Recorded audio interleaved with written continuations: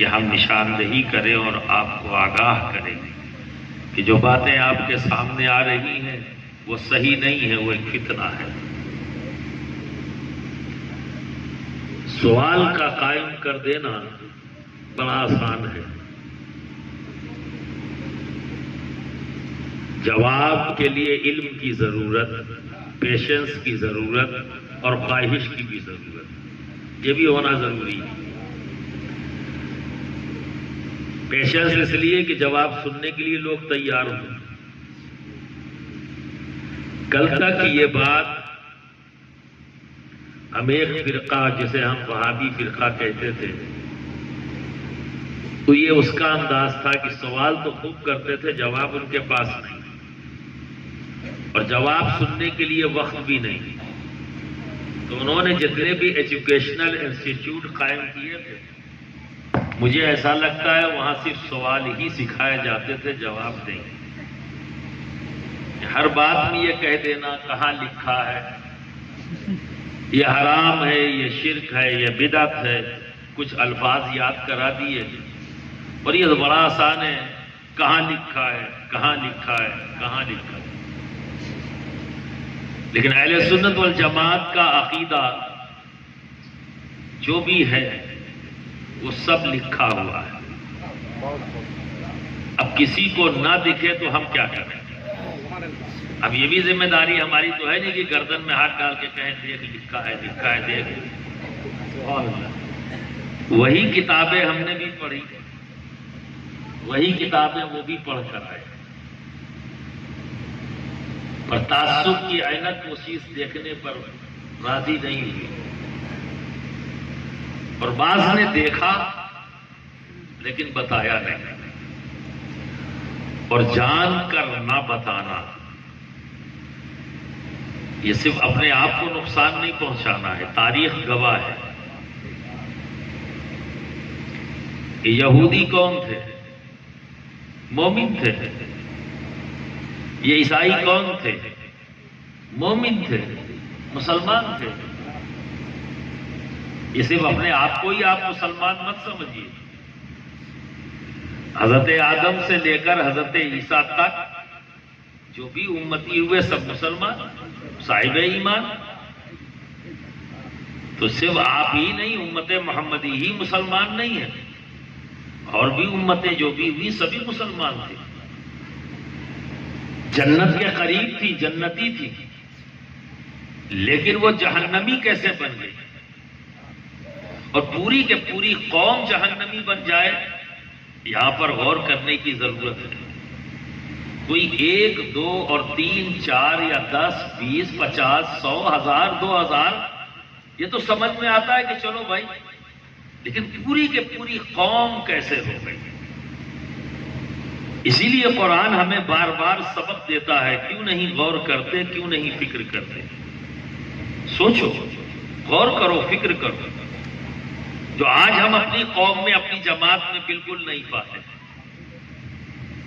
ہم نے یہ غور فکر کرنا چھوڑ دیا۔ میں یہ تسلیم کرتا ہوں کہ اہل سنت کے پاس جوش تو بہت ہے، لیکن یہ بھی میں تسلیم کرتا ہوں کہ جتنا جوش ہے اتنا ہی ہوش کی کمی ہے۔ جب ہوش ہوگا تبھی تو غور و فکر کریں گے، اور بنا غور و فکر کر کے کوئی بھی لائے عمل صحیح تیار نہیں کیا جا سکتا۔ تو غور کرنے کی ضرورت ہے کہ آخر پوری قوم کیسے ہو گئی، کیا وجہ بنی؟ تو اس بات کو میری ذہن میں رکھیے گا کہ دنیا میں کوئی بھی فتنہ کسی جاہل نے نہیں پھیلایا، کوئی بھی فتنہ کسی جاہل نے نہیں پھیلایا۔ ہر فتنے کے پیچھے جب چلمن ہٹائیں گے تو کوئی نہ کوئی علامہ ہی نظر آئیں گے، کوئی نہ کوئی علامہ ہی نظر آئیں گے۔ تو یہ علماء راہ راست پر ہیں تو جنت میں اکیلے نہیں جائیں گے، یہ اکیلے جنت میں بھی نہیں جائیں گے، گروہ کے گروہ اپنے ساتھ لے کر جائیں گے۔ اور جب یہ علماء بکھرتے ہیں، راستے سے ہٹتے ہیں، تو پوری قوم کو جہنمی بنا دیتے ہیں، جس کی مثال قوم یہود ہے اور جس کی مثال قوم عیسائی ہے۔ کہ آج پوری عیسائیت جو قوم موجود ہے وہ کیوں جہنمی ہے؟ کیونکہ اس کے علماء نے راستہ چھوڑ دیا، تو خود جہنمی نہیں ہوئے، پوری قوم کو جہنمی بنا دیا۔ مومن تھے، جنتی تھے، جب راستہ چھوڑا تو خود ہی نہیں پوری قوم کو لے گئے۔ جب علماء یہود نے سچ بتانا چھوڑ دیا، حق بولنا چھوڑ دیا، سچ کو بتانا چھوڑ دیا، خود بھی جہنمی ہوئے اور پوری قوم کو جہنمی بنا دیا۔ اسی طرح سے علماء نصارہ نے بھی یہی حرکت کیا۔ آج کہیں نہ کہیں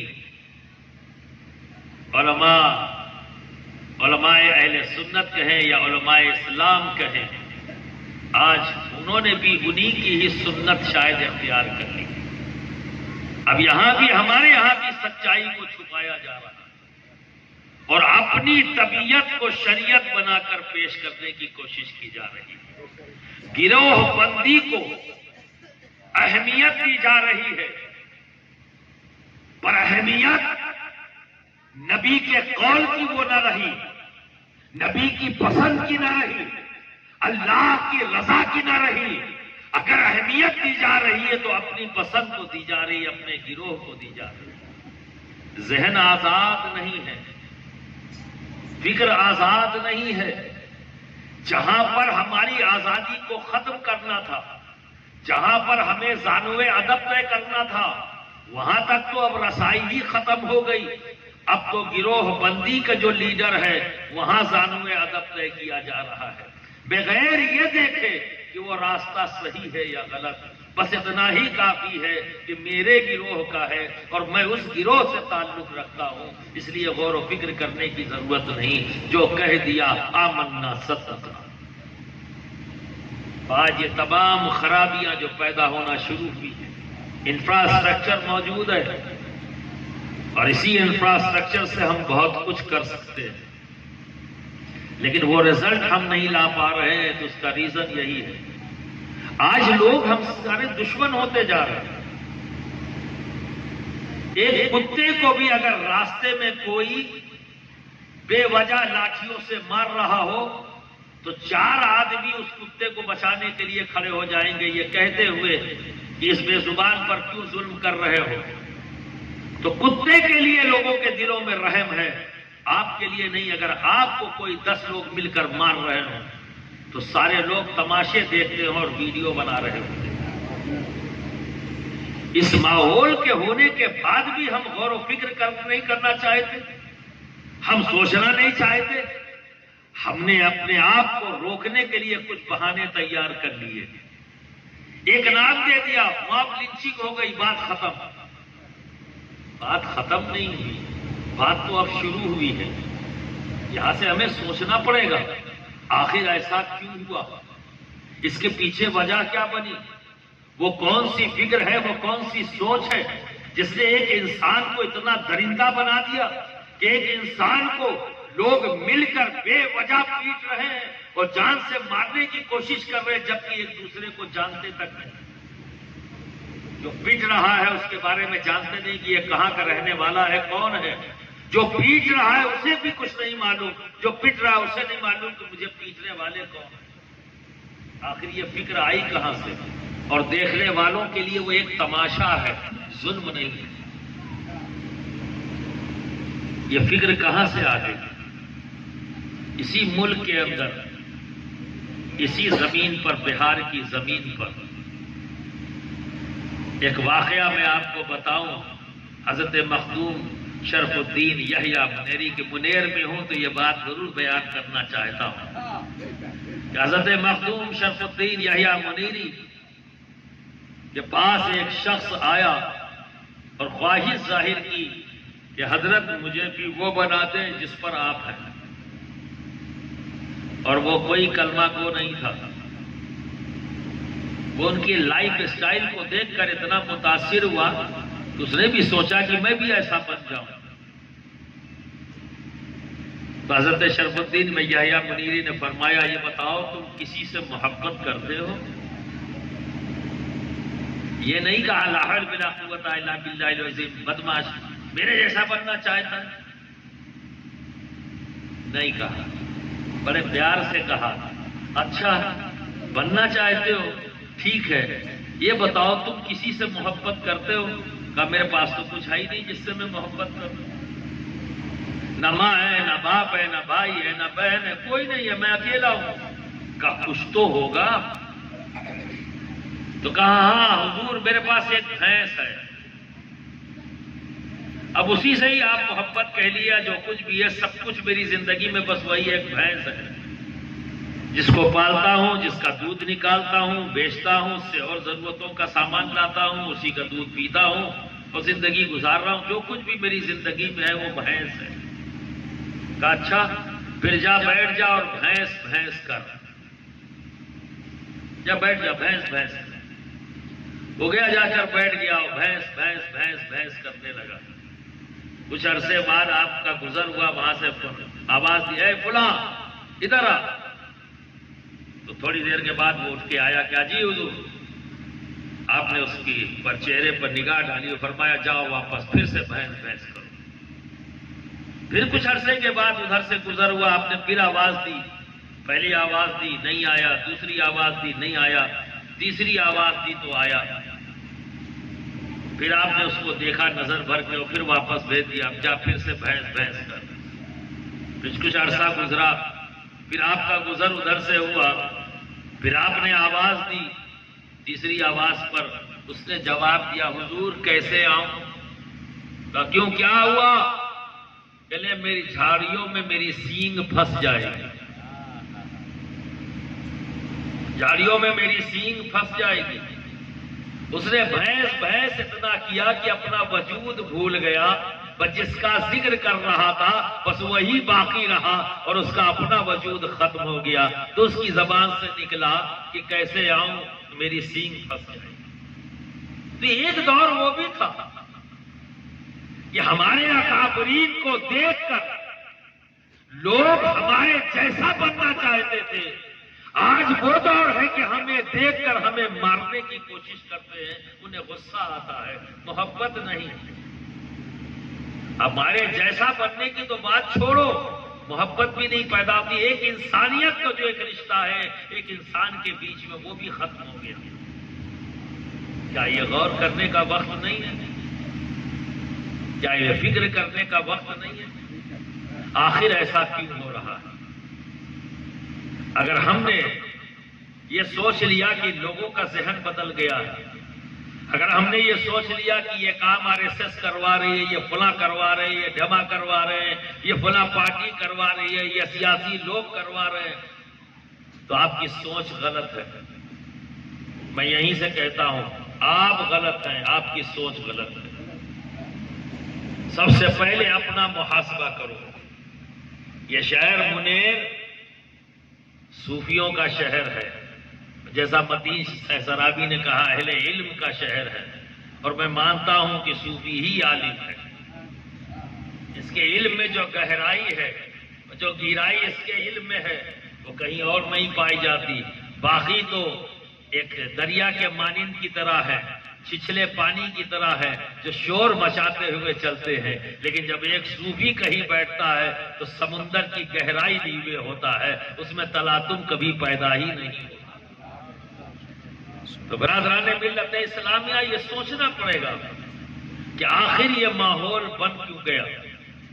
تو آپ اپنا محاسبہ کریے، آپ کیا کر رہے ہو، اور جب آپ اپنا محاسبہ کرو گے تو آپ کو جواب ملے گا۔ یوں تو نعرہ آپ نے لگایا کہ غوث کا دامن نہیں چھوڑیں گے، خواجہ کا دامن نہیں چھوڑیں گے، مخدوم سبلا کا دامن نہیں چھوڑیں گے، مخدوم بہاری کا نام نہیں، وہ دامن نہیں چھوڑیں گے۔ میرا سوال یہ ہے کہ چھوڑنے کی بات تو بعد میں کریے گا، پہلے یہ بتائیے پکڑا بھی ہے؟ پہلا سوال تو یہ ہے کہ پکڑا بھی ہے یا نہیں آپ نے؟ نمازیں آپ کی چھوٹتی ہیں، رمضان کے مہینے میں بہانے آپ کے پاس ڈھیر سارے روزانہ نخرے کے، بےایمانی، جھوٹ، فریب، یہ ساری چیزیں آپ کے اندر موجود ہیں۔ کوئی آپ سے متاثر کیسے ہوگا؟ یہ غیر مسلم ہو یا غیر ہو، بتاؤ وہ کیسے آپ سے متاثر ہو سکتا ہے؟ وہ تو دیکھے گئے تو میرے ہی جیسے۔ میں بھی جھوٹ بولتا ہوں، یہ بھی جھوٹ بولتے ہیں، میں بھی فریب دیتا ہوں، یہ بھی فریب دیتے ہیں، تو مجھ میں اور ان میں فرق کیا ہے؟ آپ اپنے آپ کو سب سے بڑا مسلمان مانتے ہیں؟ اس ملک کے اندر آج کے دن میں جس کو دیکھو آستک اور ناستک کا نعرہ لگاتا ہے۔ آپ اپنے آپ کو آستک مانتے ہو، ہندی میں بتاؤ، اور دوسروں کو ناستک کہتے ہو، دوسرے آپ کو ناستک کہتے ہیں۔ جب آپ ان کے پاس بیٹھیں گے تو وہ آپ کو کیا کہہ رہے ہیں کہ یہ ناستک ہے، ہم لوگ آستک ہیں، ہے نا؟ اور لفظوں کے فرق نے بہت بڑی کنفیوژن کھڑا کیا ہے۔ اور پہلے اسی کو سمجھ لیں کہ آستک کون اور ناستک کون۔ آستک وہ جو اللہ پر یقین رکھتا ہو، اس کے وجود کو مانتا ہو، اور جو اس کے وجود سے انکار کرتا ہو وہ ناستک۔ یہی تو ہے تعریف، بولو بھائی، یہی تعریف ہے؟ ٹھیک ہے، تو اب اس تعریف کے مطابق مجھے آج تک کوئی ناستک ملا ہی نہیں۔ میں تو ڈھونڈ رہا ہوں کوئی ناستک مل جائے، اس لیے کہ نام بدلا ہوا ہے اور اس کے وجود سے انکار نہیں ہے۔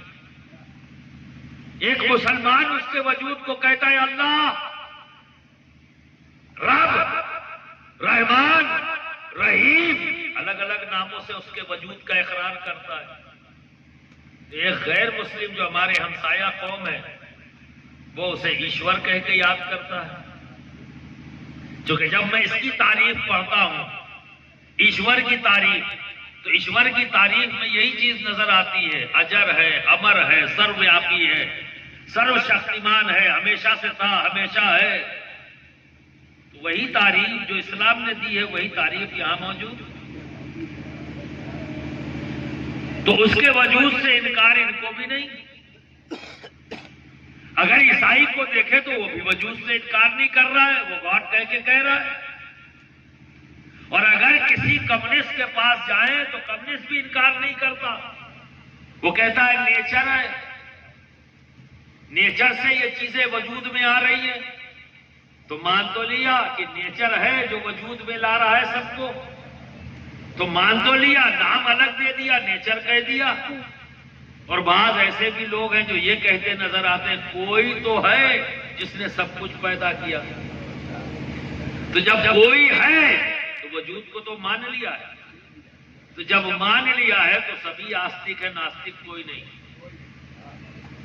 پر ناستک کا لفظ تو حیا ہے، اور جب حیا ہے تو موجود بھی ہے، کیونکہ کوئی چیز غیر ضروری طور پر ہمارے درمیان میں نہیں ہے۔ جو بھی چیز ہمارے درمیان ہے وہ کوئی غیر ضروری نہیں ہے، کہیں نہ کہیں وہ اپنا وجود رکھتی ہے۔ تو بات سمجھنے کی ہے کہ آستک کون اور ناستک کون۔ جب یہ مان لیا کہ آستک وہ جو اس کو مانتا ہے، کوئی کہتا ہے اللہ، تو پوچھا جائے اللہ نے کیا کیا؟ کہا پوری کائنات کی تخلیق اللہ نے کی، وہ خالق کائنات ہے۔ عیسائی سے پوچھو وہ بھی کہتا ہے، ایشور کو کہنے والوں سے پوچھو تو وہ بھی بتاتا ہے وہی ہے۔ اور ایک کمیونسٹ سے، ایک نیچرسٹ سے پوچھا جائے تو وہ بھی کہتا ہے نیچر ہے جس سے کہ ساری چیزیں وجود میں آئی۔ تو جب اس کے وجود کو تسلیم کرتے ہیں تو اس سے محبت بھی ہے، لامعالی محبت ہے، انکار نہیں ہے۔ تو جب انکار کسی چیز سے نہ ہو تو محبت ہی تو ہے اقرار میں، تو اقرار تو ہے، محبت سے اقرار ہے۔ تو برادران ملت اسلامیہ، لیکن آج کے آستک لوگوں کے کارنامے بتاؤ۔ اب آپ اندازہ لگائیں، ایک مندر ہے، یہ کس نے بنایا؟ ایک مسجد ہے، یہ کس نے بنایا؟ بولیے، مسجد اللہ نے بنائی انسان نے بنائی ہے نا؟ اور پیڑ کس نے بنایا؟ بولتے جائیں، تھوڑے تھوڑے تقریر آپ بھی کر لیں تو لگے کہ آپ سن رہے ہیں اور سمجھ رہے ہیں، چونکہ میں نے بڑا روکھا ٹاپک لیا اور مجبوری ہے، اب آج کے دن میں اسی کی ضرورت ہے۔ میں آپ سے نعرہ لگوانے نہیں آیا ہوں، آپ کے دماغ پر ہیمرنگ کرنے آیا ہوں۔ یہ جو جمود طاری ہے نا ہمارے دماغوں پر، تھوڑی سی ہلچل ہو تاکہ آپ غور و فکر کرنا شروع کریں۔ تو مجھے بتائیں، یہ پیڑ پودے کس نے بنائے؟ یہ ندی اور نالے کس نے بنائے؟ یہ پہاڑ کس نے بنائے؟ یہ زمین کس نے بنائی؟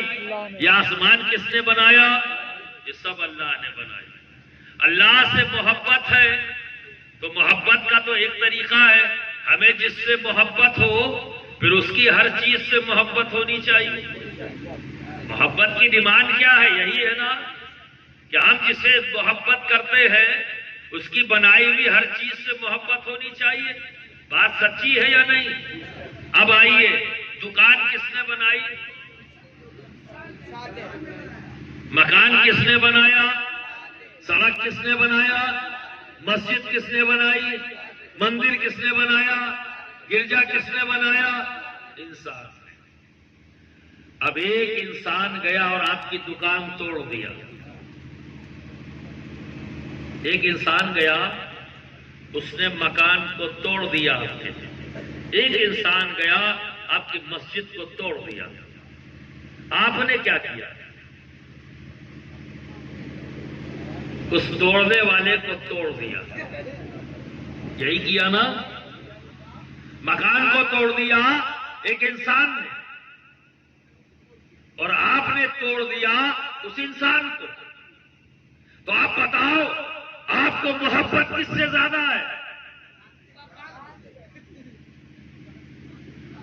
بولیے۔ اپنی بنائی ہوئی چیز سے محبت اور اللہ کی بنائی ہوئی چیز سے محبت نہیں، اور دعویٰ یہ کرتے ہو کہ میں مانتا ہوں۔ یار جب دعویٰ کرو تو دلیل بھی دینی ہوگی۔ وہ دعویٰ بیکار ہو جاتا ہے جس میں دلیل مضبوط نہ ہو۔ تو دلیل ہے کہاں؟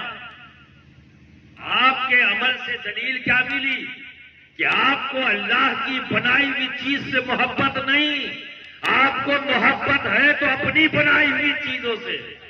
لیکن جب ہم صوفیاء کو دیکھتے ہیں، اللہ کے ولیوں کو جب دیکھتے ہیں تو وہاں یہی چیز نظر آتی ہے، وہ اللہ کی بنائی ہوئی چیزوں سے محبت کرتے ہیں، اپنی بنائی ہوئی چیز سے انہیں کوئی محبت نہیں ہوتی۔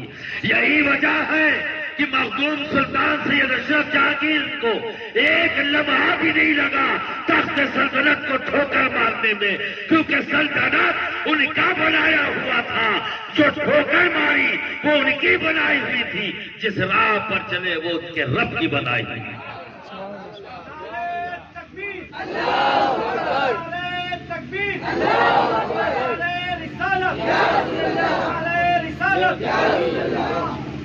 آج اگر ہمیں کوئی چیز روک رہی ہے تو موہ، میرا گھر کیا ہوگا، میرے بچوں کا کیا ہوگا، میرے رشتہ داروں کا کیا ہوگا۔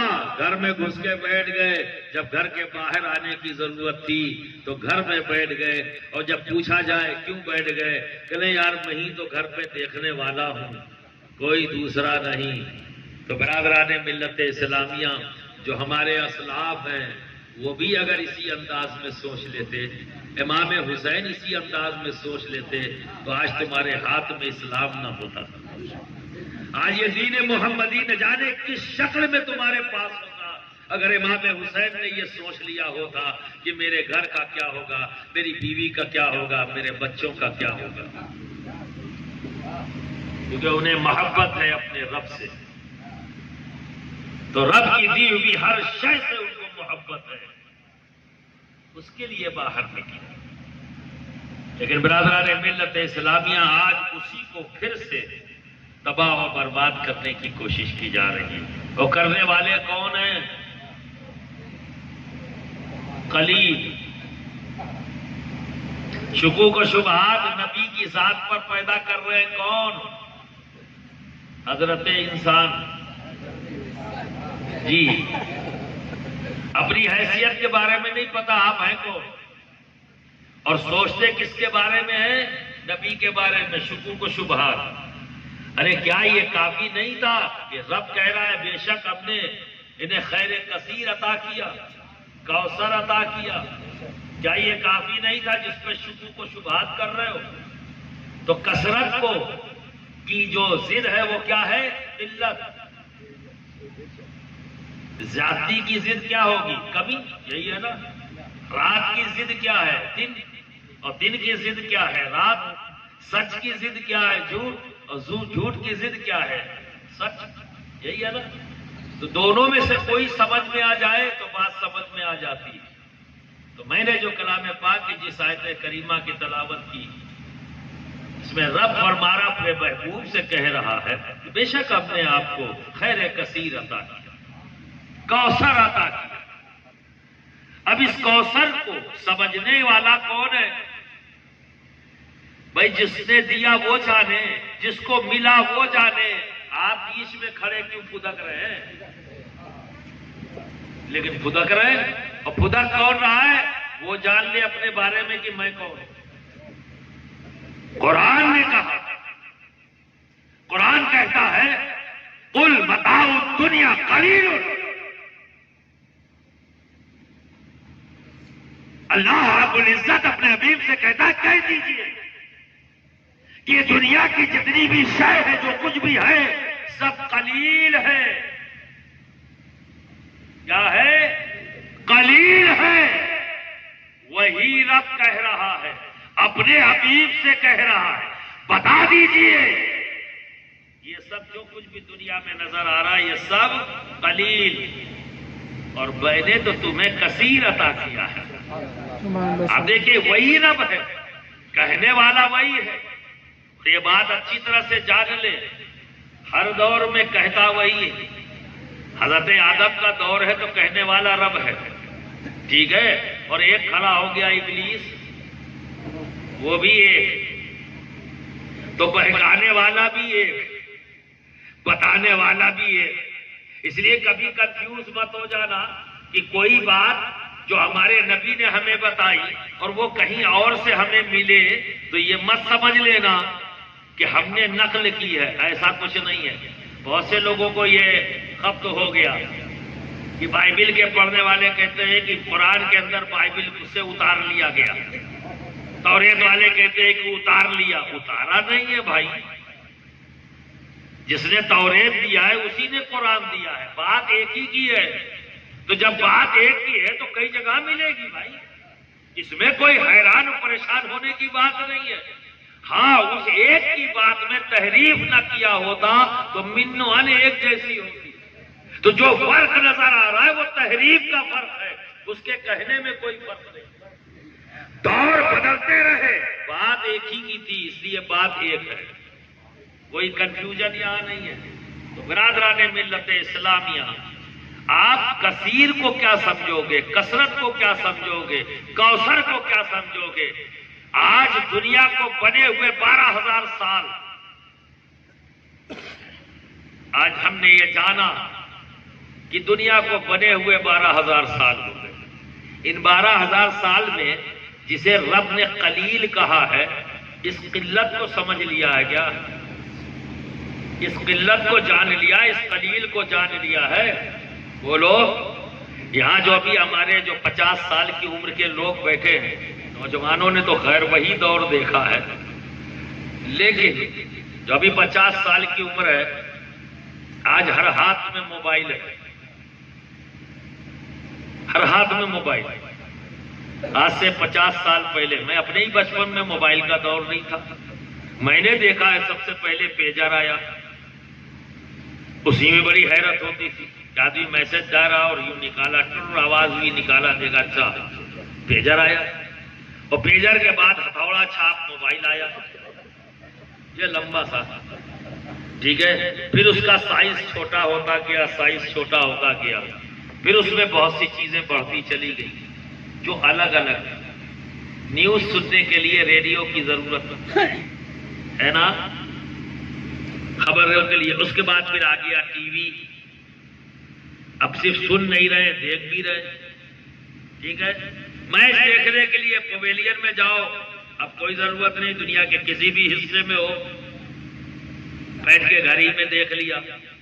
آپ سمجھے؟ تقریر سننی ہو، اسی لیے آج کل جو ہے جلسوں میں بھیڑ کم ہو گئی کہ لوگ سوچتے ہیں کہ میں ٹھیک ہے آئے ہیں فلاں حضرت یا فلاں مولانا، کوئی بات نہیں، دیکھ لیں گے، لائیو چلتا ہے، اب لوگ لگائے رہتے ہیں، لائیو چلتا تھا، گھر میں دیکھ رہے ہیں لیٹے ہوئے.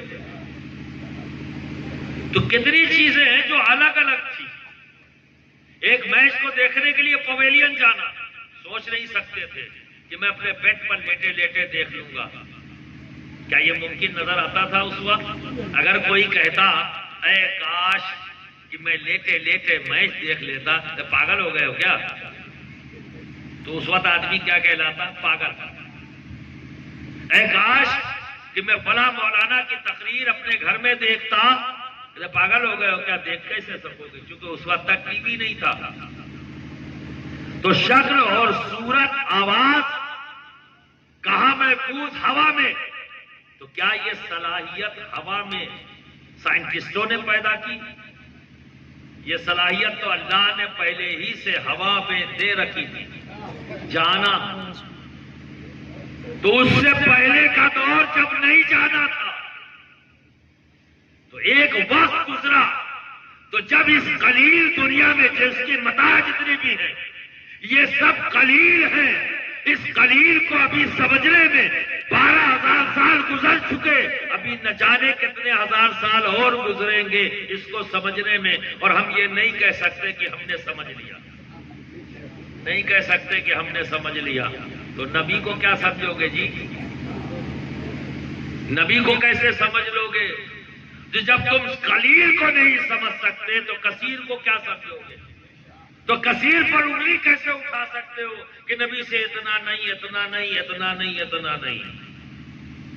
تو یہ خیال اس کے اندر پیدا ہوا ہے جو قلیل ہے، اور کس کے لیے پیدا ہوا ہے جو کثیر ہے. ارے تم سرکار دو عالم صلی اللہ علیہ وسلم کی بات کرتے ہو، علی نے آئینہ دکھایا پھر بھی نہیں سمجھ میں آتا. علی نے کہا سلونی، آواز دے دیا، پوچھو اس سے، پوچھو جو تم نہیں جانتے ہو. پوچھا، ایک شخص نے کہا اے علی یہ بتاؤ کون سا جانور انڈے دیتا ہے اور کون سا جانور بچے دیتا ہے؟ مولا علی نے کہا وہ جانور جس کا کان باہر ہے وہ بچے دیتا ہے، اور جس کے کان اندر ہیں وہ انڈے دیتا ہے. پھر کہا اور جس کو پوچھنا ہو پوچھو. پھر وہی سوال ریپیٹ ہوا ان کے سامنے، پھر آیا، کہے علی یہ بتاؤ کون سا جانور انڈے دیتا ہے، کون سا جانور بچے دیتا ہے؟ علی نے کہا اچھا وہ جانور جو نگل کر کھاتا ہے وہ انڈے دیتا ہے، جو چبا کے کھاتا ہے وہ بچے دیتا ہے. پھر کسی موقع پہ کسی سوال ہی ایسے پوچھا آپ نے، پھر یہی سوال آ گیا، اے علی یہ بتاؤ کون سا جانور انڈے دیتا ہے، کون سا جانور بچے دیتا ہے؟ اب آپ سوچیے، علی نے یہ نہیں کہا عجیب بیہودے آدمی ہو، یہ وہی کہتا ہے دیکھو کسی کے سوال پر غصہ کسے آتا ہے؟ جس کے پاس علم کی کمی ہو.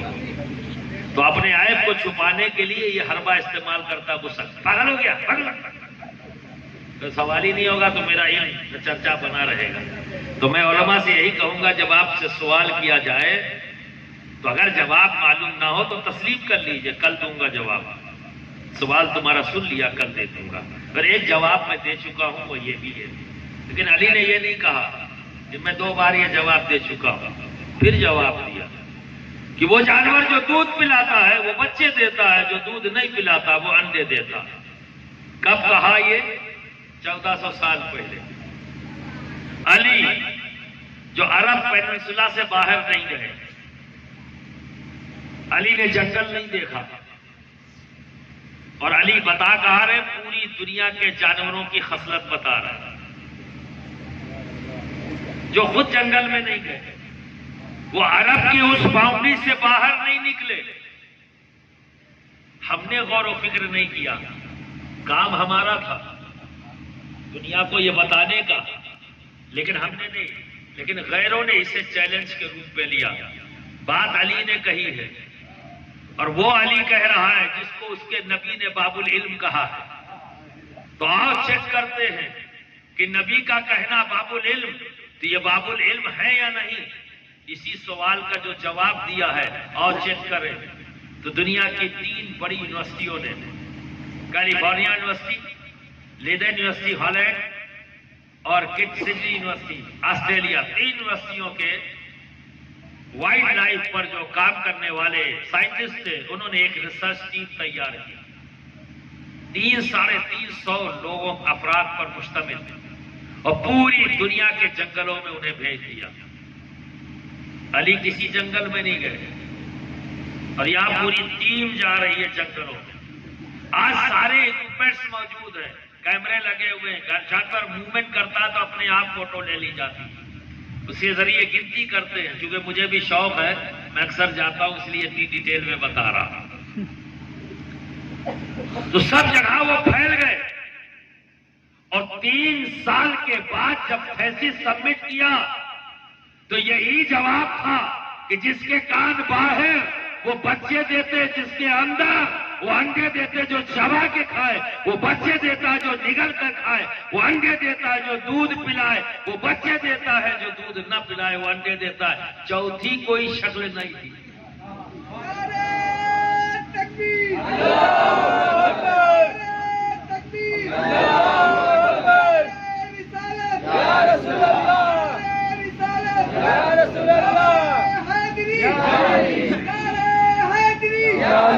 چوتھی کوئی شکل نہیں نکلی. اب آپ اندازہ لگائیں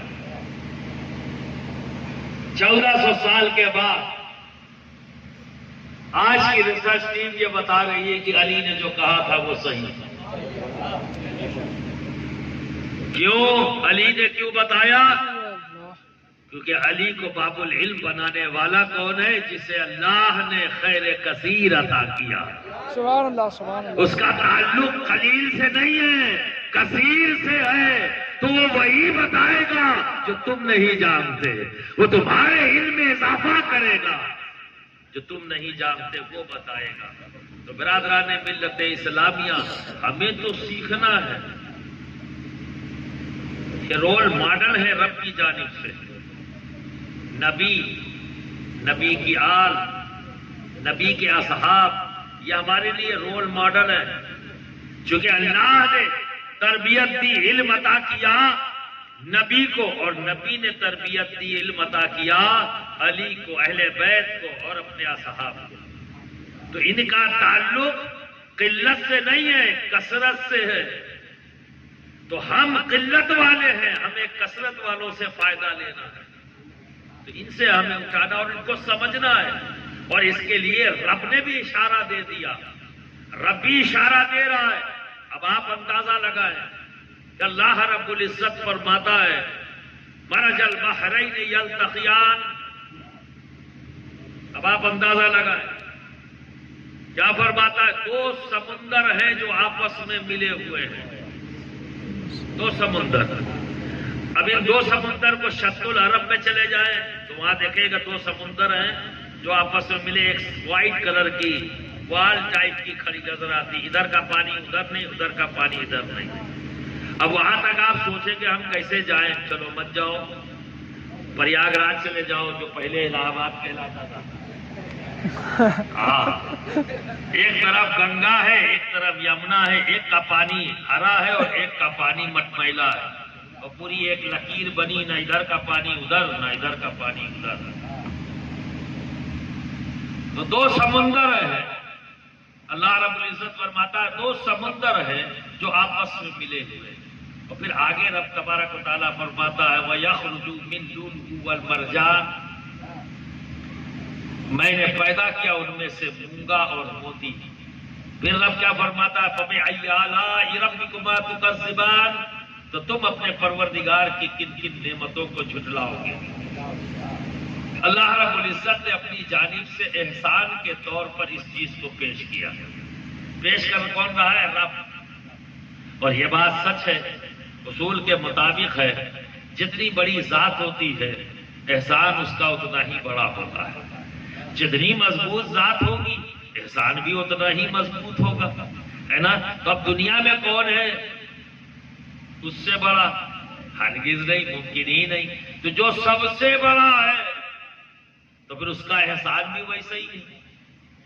تو اس کا احسان کیسا ہونا چاہیے؟ جس کا کوئی بدل ہی نہ ہو۔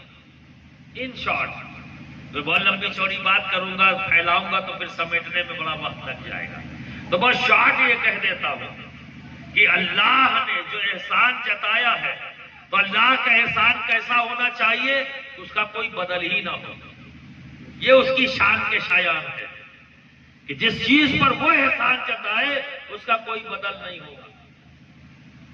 تو اب یہاں آ جائیے، احسان جتایا ہے رب نے، کیا کہہ کر؟ دو سمندر ہیں جو آپس میں ملے ہوئے ہیں، ٹھیک ہے؟ تو دو دریا ہیں جو آپس میں ملے ہوئے ہیں، شرق العرب میں سمندر ملے ہیں اور ہندوستان میں دریا ملے ہوئے ہیں۔ اب سمندر میں پیدا ہوتا ہے مونگا اور موتی، بہت سے فائدے ہیں اس کے، مونگے کے بھی موتی کے بھی۔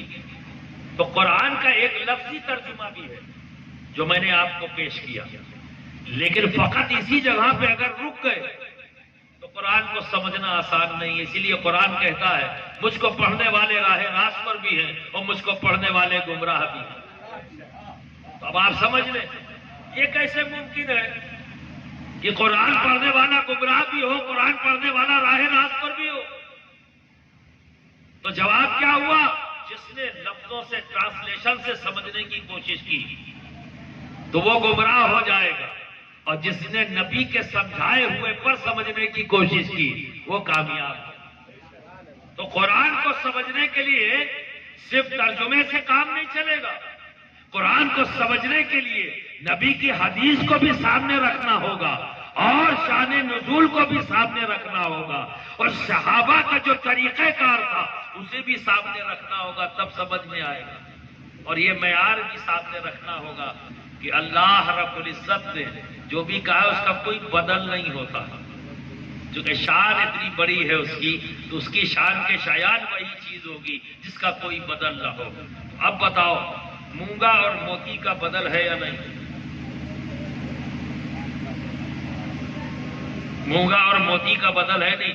دنیا میں بہت سی چیزوں میں مونگے کا استعمال ہوتا تھا، بہت سی چیزوں میں موتیوں کا استعمال ہوتا تھا، آج سبسٹیچیوٹ آ گیا، کل تک نہیں رہا، آج آ گیا کہ بھائی مونگے میں یہ چیزیں تھی تو یہ چیزیں فلاں جگہ سے بھی مل جائیں گی، لے لو، تو دوا بنا لیا۔ تو جو چیز موتی سے حاصل کیا جاتا تھا وہ تمام چیزیں جب کسی اور شے میں دریافت کر لیا، نالج ہو گئی، تو اس سے لینے لگے، چونکہ موتی اب کم ملنے لگا، ضرورت بڑھ گئی، آبادی بڑھ گئی، ضرورتیں بڑھی تو سبسٹیچیوٹ تلاش کرنا شروع کیا۔ تو بے شک مونگا اور موتی ہمارے لیے فائدے مند ہے، پر رب نے احسان کے طور پر پیش کیا ہے تو غور کرنا پڑے گا، غور کرنا پڑے گا کہ اللہ کی ذات، اس کی شان اتنی اعلیٰ ہے تو پھر اس کا احسان بھی ویسے ہی اعلیٰ اور افضل ہونا چاہیے تاکہ اس کا کوئی بدل نہ ملے۔ تو برادران ملت اسلامیہ، جب اس کو اہل محبت نے پیش کیا، اس آیت کریمہ کو جب وہ سمجھانے پر آئے تو اس طرح سے سمجھایا، دو سمندر ہیں، اس سے مراد علی اور فاطمہ، اس سے مراد علی اور فاطمہ ہے، اور پیدا کیا ان سے مونگا اور موتی، تو تم اپنے رب کی کن کن نعمتوں کو جھٹلاؤ۔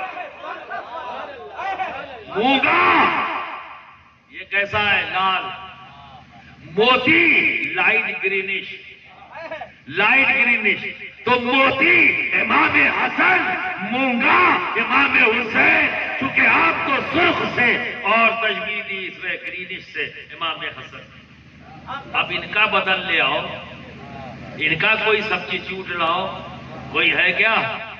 امام حسن کا سبسٹیچیوٹ دنیا قیامت تک نہیں دے سکے، وہ اکیلے۔ ارے ان کے نام کا سبسٹیچیوٹ نہیں تھا، نام کا نہیں تھا، دنیا میں سب سے پہلے نام انہی دونوں بچوں کا رکھا گیا۔ اب آپ اندازہ لگائیے، ان کی ماں کا کوئی سبسٹیٹیوٹ دنیا میں نہیں، اکیلی واحد عورت دنیا، حضرت آدم سے لے کر قیامت تک عورتیں پیدا ہوتی رہیں گی، مائیں ہوتی رہیں گی، پر خاتون جنت جیسی نہ کوئی عورت پیدا ہوئی نہ ہوگی۔ کیوں؟ کیونکہ جب عورت ماں بنتی ہے تو یہ نظام ہے، اللہ رب العزت نے نظام قائم کیا ہے، 40 دن نفاس کے ہیں، ناپاکی کے ہیں، اس کے بعد نماز پڑھے گی۔ لیکن خاتون جنت یہ واحد ذات ہیں کہ امام حسن پیدا ہوئے پھر بھی نماز قضا نہیں، امام حسین پیدا ہوئے پھر بھی نماز قضا نہیں۔ آج کچھ مولوی کہتے ہیں کہ شریعت سب کے لیے ایک،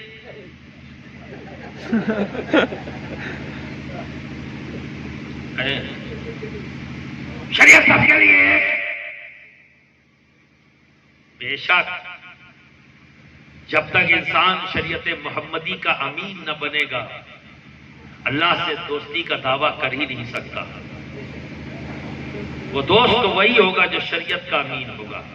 اسی لیے کہا گیا ہے، ہر بزرگ نے، ہر ولی نے یہ کہا ہے کہ کسی کو ہوا میں اڑتے ہوئے دیکھو، پانی پہ چلتا ہوا دیکھو، آگ میں کھڑا ہوا دیکھو، ولی مت مان لینا، پہلے یہ دیکھو کہ شریعت محمدی کا پابند ہے یا نہیں۔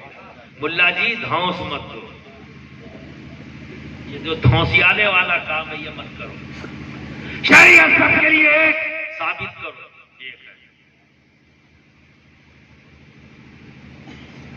آپ ثابت نہیں کر سکتے۔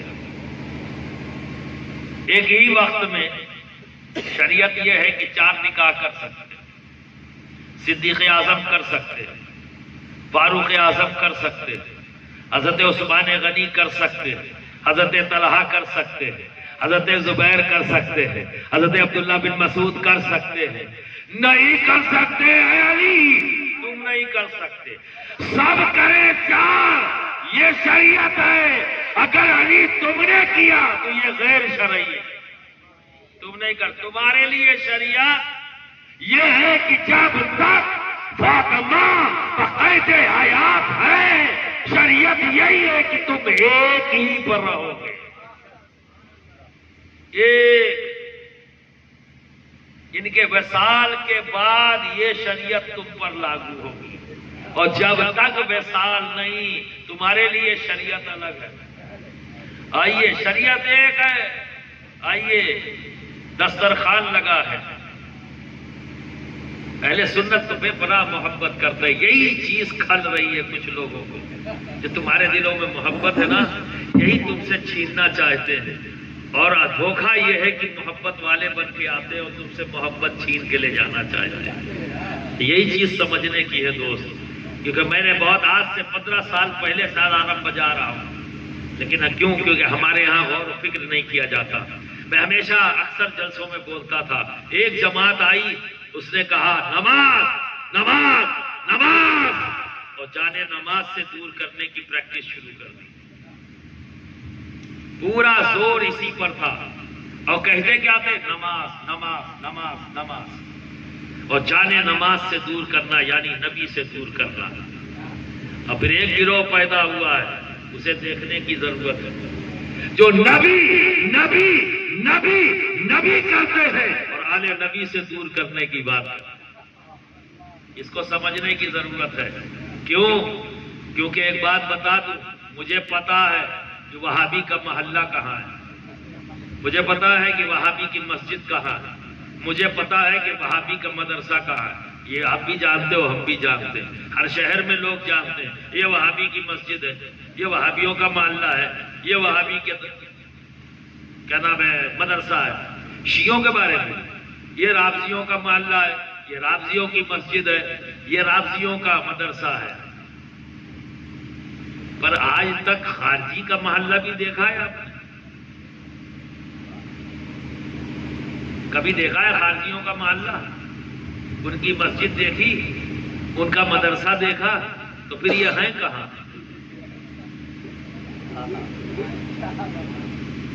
یا تو انکار کر دو کہ یہ ہے نہیں، ہے نا؟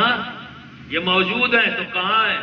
نہ ان کی کوئی مسجد، نہ ان کا کوئی مدرسہ، نہ ان کا کوئی محلہ، تو یہاں ہیں کہاں؟ اپنی اپنی آستینوں کے بٹن کھولو،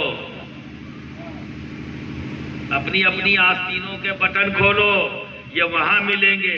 اپنی مسجدوں میں دیکھو، یہ وہاں ملیں گے۔ اپنے مدرسوں میں دیکھو، یہ وہاں ملیں گے۔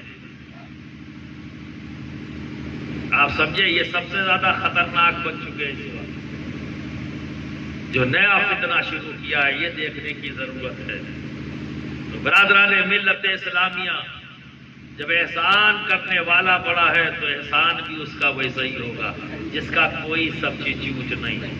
تو کوئی سبسٹیٹیوٹ امام حسن کا نہیں، کوئی سبسٹیٹیوٹ امام حسین کا نہیں، کوئی سبسٹیٹیوٹ امام حسن کے بابا کا نہیں، علی کا نہیں، کوئی سبسٹیٹیوٹ خاتون جنت کا نہیں۔ اور ہم نے تو یہ دیکھا ہے کہ 1400 سالوں میں یہی ایک ایسی ذات جس پر کوئی انگلی نہ اٹھا سکا، کوئی ایسی ذات ہے نا، کوئی انگلی نہیں اٹھا سکا۔ اللہ کے رسول ہمارے آقا محمد عربی صلی اللہ علیہ وسلم پر شکوک و شبہات پیدا کر کے وہابی آیا، نبی کی ذات پر، نبی کی صفات پر شکوک و شبہات پیدا کی اور ایک گروہ بنا لیا، ٹھیک ہے۔ خلفائے راشدین پر شکوک و شبہات پیدا کر کے ایک گروہ بنا لیا رافضی کا، وہ رافضی بن گیا۔ ابھی نیا ایک گروہ تیار ہو رہا ہے جو خاتون جنت پر، جن پر کبھی کوئی آواز نہ اٹھی، آج ایک نیا گروہ وجود میں آ رہا ہے جو خاتون جنت کو خاطی کہتا نظر آ رہا ہے۔ تو پہچاننا آسان ہے، گوشت خاطی کہنے والے کے ساتھ جتنے کھڑے ہیں سمجھ لو کچھ گڑبڑ ہے۔ جتنے کھڑے ہیں ممکن ہے انجانے میں کھڑے ہوں، تو ہماری ذمہ داری ہے کہ ہم بتا دیں کہ وہاں کھڑے ہونے کا مطلب ہم آپ کو سمجھیں گے کیا۔ یہ میسج دے دیتے، یہ میسج دے دیتے کہ خاتون جنت وہ ذات ہے جن پر 1400 سال میں کبھی کوئی انگلی نہیں تھی، اور ایسی ذات کہ جس کے لیے رب نے نظام بدل دیا۔ اب آپ اندازہ لگائیے کہ نظام کائنات ہے کہ دنیا کی ہر عورت، حیض ایسی چیز ہے جس کو حیض آنا بند ہو جائے تو یقینی طور پر یہ کہہ دیا جائے گا، ہر ڈاکٹر یہ کہہ دے گا کہ اب اس کے اولاد نہیں پیدا ہو سکتی۔ تو حیض اولاد پیدا ہونے کی وجہ بنتی ہے، اور خاتون جنت کے پاس یہ تھا ہی نہیں، پھر بھی حسنین کریمین دنیا میں آئے۔ تو کیا سمجھ میں آیا کہ یہ وہ ذات ہے کہ جن کے لیے رب نے اپنے نظام کو بدل دیا، اللہ نے اپنے نظام کو بدل دیا۔ تو خیر کثیر دینے والا وہ ہے، اور جو قلیل ہے جس کے لیے رب نے کہہ دیا کہ اس دنیا کی ہر شے قلیل ہے، وہ سوال اٹھا رہا ہے اس کی طرف جو خیر کثیر لیے بیٹھا ہے۔ تم کیا سمجھو گے؟ تمہاری سمجھ کتنی، تمہارا علم کتنا، تمہارا وجود کیا ہے جو تم ایسی طرف انگلی اٹھا سکتے ہو؟ تو عافیت تو اسی میں ہے، کامیابی تو اسی میں ہے کہ زانوے ادب طے کرنا۔ یہی وجہ ہے کہ جنہوں نے طے کر لیا دنیا میں، وہ پھر ان کی کوئی مثل نہ مل سکی۔ اب آپ اندازہ لگائیے، ماننا اس انداز میں ہے، آج دماغ لگاتے ہیں۔ جب صدیق اعظم سے کہنے والے نے یہ کہا، اے ابو بکر یہ بتاؤ کیا یہ ممکن ہے کہ کوئی شب کے ایک پہر میں بیت المقدس تک جائے اور وہاں سے لوٹ کر آ جائے، بلڈیاں ہلتی رہیں اور بستر گرم رہے؟ حضرت ابو بکر صدیق فرماتے ہیں، کس نے کہا یہ بات؟ کس نے کہا یہ بات؟ تو کہنے والے نے جب کہا یہ محمد صلی اللہ علیہ وسلم نے کہا، تو جیسے ہی اپنے آقا کا نام سنا تو فوراً کہا، انہوں نے کہا ہے تو بالکل ممکن ہے، یہی صحیح ہے اور حق ہے۔ کیونکہ وہ جان چکے تھے، وہ جان چکے تھے کہ میں نے جس کا دامن تھاما ہے وہ خیر کثیر لیے ہوئے بیٹھا ہے، میں اس کو نہیں سمجھ سکتا، تو اتنا ہی سمجھوں گا جتنا یہ مجھے بتائے، میری عقل میری فہم نہیں سمجھا سکتی۔ ارے جو باب العلم ہے، جسے اللہ کے حبیب نے کثرت کے ساتھ اپنے علم سے علم عطا کیا، وہی نہیں سمجھ سکے کہ نبی کا مقام کیا ہے۔ اسی لیے تو پوچھ لیا، بارگاہ رسالت مآب میں حاضر ہوئے، کہا یا رسول اللہ آپ کا مقام کیا ہے، یہ میں جاننا چاہتا ہوں۔ تو سرکار دو عالم صلی اللہ علیہ وسلم مسکرائے اور فرمایا، اے علی میرے مقام کی بات کرتے ہو، کیا تم نے میری لخت جگر نور نظر فاطمہ کے مقام کو جان لیا ہے؟ جو تمہاری زوجہ بھی ہے، کیا تم اس کے مقام سے واقف ہو؟ مولا علی کو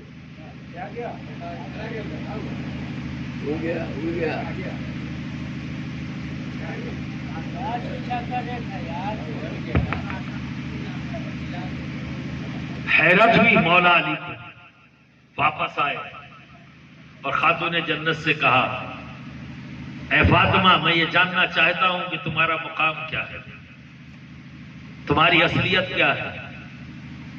خاموش رہی۔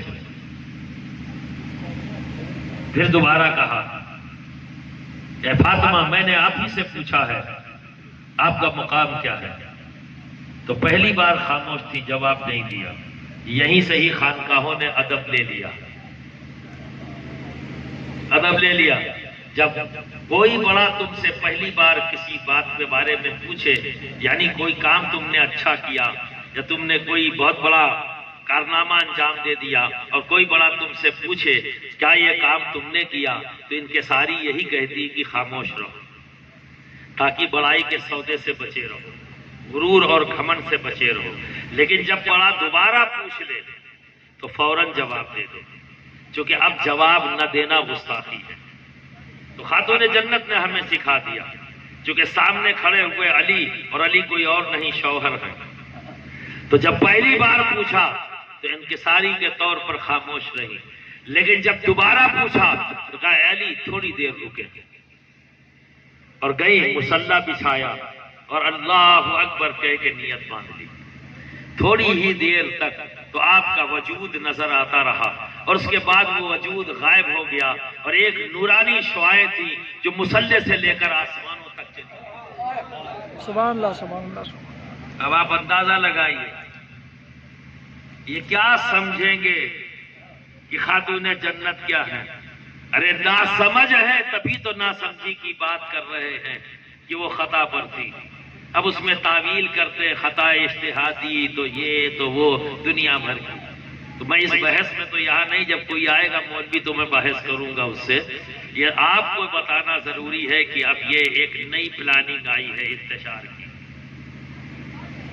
آج کے دن میں 3 بار کوئی علی علی کر دے، کہ پتہ کرو ان کا شجرہ پتہ کرو کہیں شیعہ تو نہیں ہے۔ بڑی عجیب بات ہے۔ اب میں ایسے لوگوں سے سوال کرتا ہوں کہ تم یہ کہتے ہو کہ ذکر صحابہ کرو، تو صحابہ کا تو یہ عمل تھا کہ جب وہ اپنی محفلیں سجاتے تھے تو یہ چیک کرنے کے لیے کہ ہاں سب اپنے بیٹھے یا کوئی ایک دو اندر گڑبڑ آ گیا ہے تو علی علی کرنا شروع کر دیتے تھے۔ تو تم جس کے ذکر کی بات کر رہے ہو وہ تو یہ عمل کرتے تھے، تو اب میں علی علی کر رہا ہوں تو تم رافضی کہتے ہو، وہ علی علی کہتے تھے تو کیا کہو گے؟ وہ علی علی کرتے تھے تو کیا کہو گے؟ تو یہ تمام چیزیں آج انتشار کا باعث بنائی جا رہی ہیں، اور سامنے کہا جاتا ہے نبی نبی نبی نبی، سمجھے نا، صلو علی الحبیب، نبی نبی نبی نبی، اور آل نبی سے دور کرتے، آل نبی سے دور کرتے۔ امام حسین نے کربلا میں نماز نہیں پڑھی تھی، نقل کیا تھا۔ الہام ہوا ہے تجھے؟ کیا ہوا؟ کسی نے آگے کان میں کہا، اور وجہ کیا ہے؟ نماز کا وقت نہیں تھا۔ ارے بھائی 5 وقت نماز کا وقت ہے، لیکن نماز شکرانہ کے لیے کب سے وقت بنا ہے؟ تو ہمیں یہ بھی تو بتاؤ کہ نبی نے بتایا ہے، اللہ نے حکم دیا ہے کہ میری بارگاہ میں سجدہ تھک گئے شکر ادا کرنے کے لیے بھی وقت متعین ہے.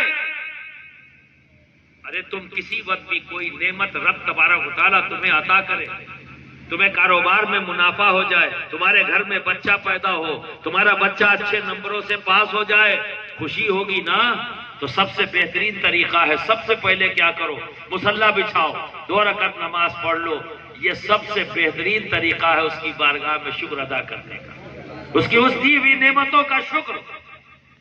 امام حسین کربلا میں آئے، اللہ نے امتحان گاہ میں کھڑا کیا اور امتحان پر امتحان امام حسین دیتے چلے جا رہے ہیں.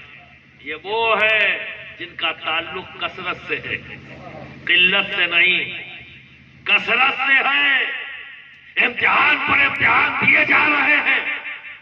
آج دنیا میں میں مانتا ہوں، ہر آدمی مانتا ہے کہ دنیا کا سب سے بڑا بوجھ اگر کوئی ہوتا ہے تو کیا ہوتا ہے؟ ایک باپ کے کاندھے پہ بیٹے کا جنازہ. اس سے بھاری بوجھ کوئی نہیں ہوتا، اس سے بھاری بوجھ کوئی نہیں. لیکن امام حسین نے 1 2 نہیں، کتنے بوجھ اٹھائے، اور اس عمر میں جسے بڑھاپا کہا جاتا ہے. یہ تمام امتحان دیتے چلے گئے اور پھر اسی امتحان گاہ میں خود کو بھی پیش کر دیا، مسکراتے ہوئے، یہ کہتے ہوئے جسم جو ہے زخموں سے چور ہے، اور آسمان کی طرف چہرہ اٹھایا، گویا یہ کہہ رہے ہوں کہ سجنا کے ایک اشارے پر گھر بار لٹانا پڑتا ہے، جو بھیس سجن کو بھا جائے وہ بھیس بنانا پڑتا ہے. اے پروردگار، اگر تجھے یہی پسند ہے کہ حسین تیرے سامنے اس انداز میں کھڑا ہو کہ اس کے جسم کے ہر حصے سے خون بہ رہا ہو، پورا جسم چھلنی ہو، اے اللہ تجھے اگر یہی پسند ہے تو حسین تیری بارگاہ میں اسی انداز میں کھڑا ہو. تو برادران ملت اسلامیہ، نماز کا وقت نہیں تھا اس لیے نماز نہیں پڑھی، نماز جیسی نقل کر دیا. واہ بھائی واہ، کیا بات ہے، کیا بات. پھر اگلی بات آ گئی، وضو نہیں تھا، پانی نہیں ہے، 3 دن کے بھوکے پیاسے ہیں تو وضو کا پانی. اب یہ بھی مسئلہ نہیں پتا تو اب کیا کریں ہم؟ ایسے لوگ آج کے دن میں واقعی بتاتے ہیں. تیمم بھی تو ہے، ریت تو تھی نا بھائی. اب آ گیا ہے پھر دوسرا، خون بہ گیا، خون بہ گیا تھا، وضو ٹوٹ گیا. بہا کس کا ہے یہ بھی تو دیکھو، تیرے ابا کا نہیں ہے.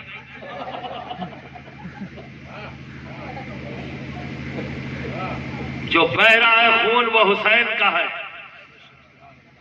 حسین کا ہے. اور خون وہ ناپاکی نہیں ہے، کپڑے پہ خون اس میں بہ گیا، کپڑے پہ لگ گیا، اسے دھل لو، دھل لو، پاک ہو گیا. جاؤ نماز پڑھو وضو کر کے. غسل ہے کیا؟ اگر کوئی نئی شریعت آ گئی ہو تو بات الگ ہے بھائی، ہم نے تو یہی جانا ہے. غسل نہیں ہے، خون بہ گیا تو غسل نہیں ہے. اس جگہ کو صاف کر لو، دھل لو، پاک ہو گیا، پھر وضو کرو، جاؤ نماز پڑھ لو. تو خون ہی تو بہا ہے، اور بہا کس کا؟ حسین کا. ارے یہ حسین جانتے ہو وہ ناپاکی جس پر غسل واجب، بنا غسل کی یہ پاک نہیں. وہ کیا ہے؟ حیض اور مباشرت. یہ دونوں کے بعد غسل ضروری ہے ورنہ پاک نہیں. تو نبی تو فرما رہے ہیں خبردار، کوئی حیضی عورت اور جنبی مرد میری مسجد میں داخل نہیں ہو سکتا الا میرے علی، فاطمہ، حسن اور حسین. تو وہ ناپاکی جس پر غسل واجب، اس پر تو یہ جا سکتے ہیں مسجد میں. اور خون بہ گیا تو ملا جی کو لگا کہ وضو نہیں ہے اس لیے نماز نہیں پڑھی، نماز نہیں پڑھی تو نقل کیا، نقل کر لیا. واہ. اور پھر بھی نبی نبی نبی نبی، پھر بھی نبی نبی نبی نبی. تو برادران ملت اسلامیہ، ہم جس سے محبت کرتے ہیں وہ جس سے محبت کرتا ہے. اہل سنت کون؟ وہ یہی ہے نبی جس سے محبت کرتے ہیں ہم اس سے محبت کرتے ہیں.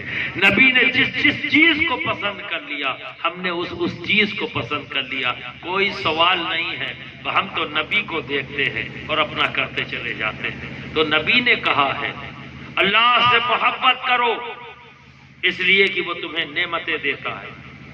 مجھ سے محبت کرو اس لیے کہ اللہ مجھ سے محبت کرتا ہے.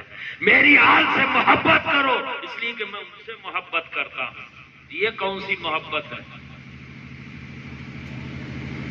یہ کون سی محبت ہے؟ یہ کئی صدیاں گزر گئی.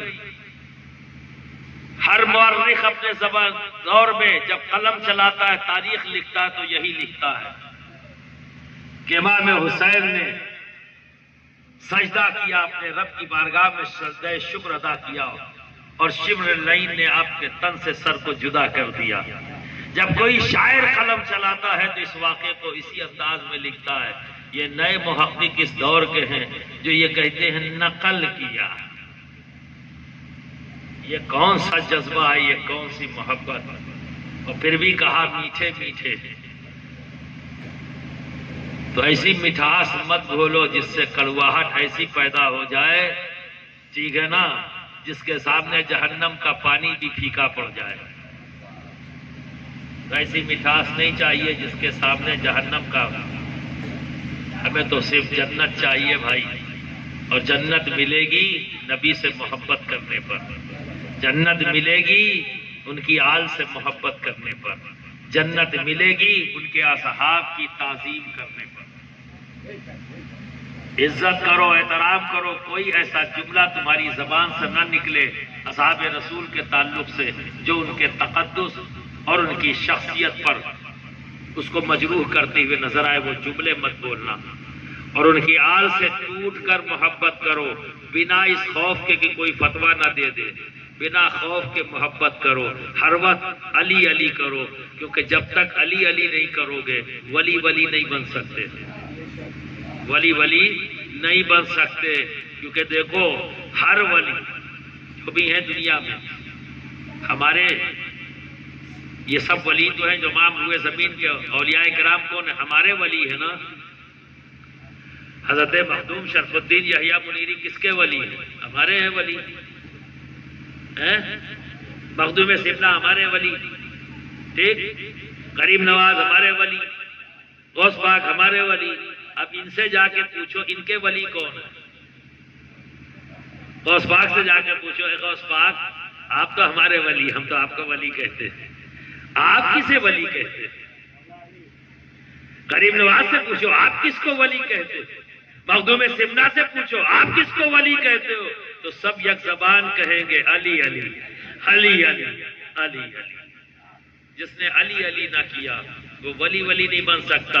اب مولوی صاحب فتوے سے ڈرا کے علی علی کرنے سے روکتے. علی علی کرو گے تو رافضی ہو جائے گا. اس میں ربز کیا ہے؟ علی علی کرنے میں ربز کیا ہے بھائی؟ یہی سمجھا دیجیے. تو علی علی کرنے میں ربز نہیں ہے. آپ اپنے آپ کو چیک کریے آپ کہاں کھڑے ہیں. کہیں ایسا تو نہیں کہ انجانے میں خارجیت کے ٹولے میں داخل ہو گئے. تو برادران ملت اسلامیہ یہ ایک نئی کاوش دنیا کے سیاسی پلیٹ فارم پر رچا ہوا یہ جال جو آج پھر اہل سنت والجماعت کے لیے تیار کیا گیا ہے. کیونکہ سنیوں سے ہی نکل کر وہابی بنے، سنیوں سے ہی نکل کر رافضی بنے. پھر بھی آج بھی اہل سنت والجماعت ہی سواد اعظم اہل سنت ہے. یہی سواد اعظم ہے. آج پھر اسے توڑنے کے لیے ایک نیا یہ حربہ اسٹارٹ کیا گیا ہے تاکہ کچھ لوگ صحابہ کی شان میں توہین کریں، کچھ اہل بیت اطہار کی شان میں توہین کریں، اور پھر اہل سنت کی توہین کے بیچ میں کھڑی پریشان ہو جائے اور گروپ بندی کا شکار ہو جائے تاکہ پھر ایک گروپ نیا تیار ہو جائے. تو ٹوٹے گا تو اہل سنت ہی ٹوٹے گا. تو یہ ذمہ داری آپ سب کی ہے کہ ایسے لوگوں کو اپنے درمیان میں پنپنے مت دیجیے گا. انہیں صاف جواب دے دیجئے کہ اہل بیت سے ہم محبت کرتے ہیں اور صحابہ کی ہم تعظیم کرتے ہیں.